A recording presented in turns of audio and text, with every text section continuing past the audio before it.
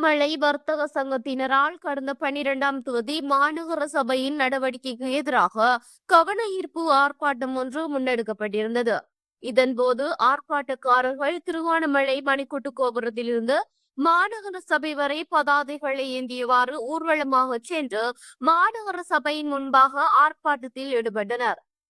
குறித்த கவன ஈர்ப்பு ஆர்ப்பாட்டத்தின் போது வீதியோர வியாபாரிகளை தடை செய், வெளியூர் தற்காலிக வியாபாரிகளை நிறுத்து, உள்ளூர் வர்த்தகம், உள்ளூர் வளர்ச்சி, தரமற்ற பொருட்களை வியாபாரம் செய்ய அனுமதிக்காதே போன்ற வாசகங்கள் அடக்கிய பதாதைகளை ஏந்தியவாறு அமைதியான முறையில் ஆர்ப்பாட்டத்தில் ஈடுபட்டிருந்தனர்.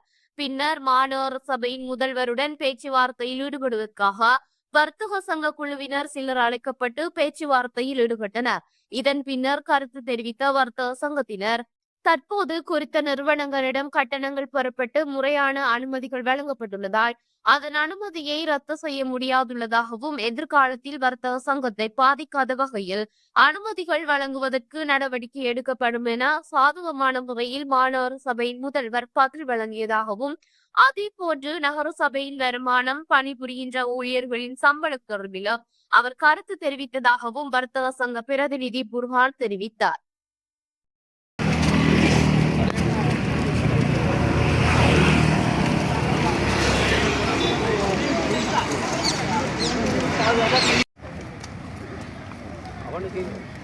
அவருக்கு வந்து இவ்வளோ ரெஸ்பெக்ட் இருக்குது.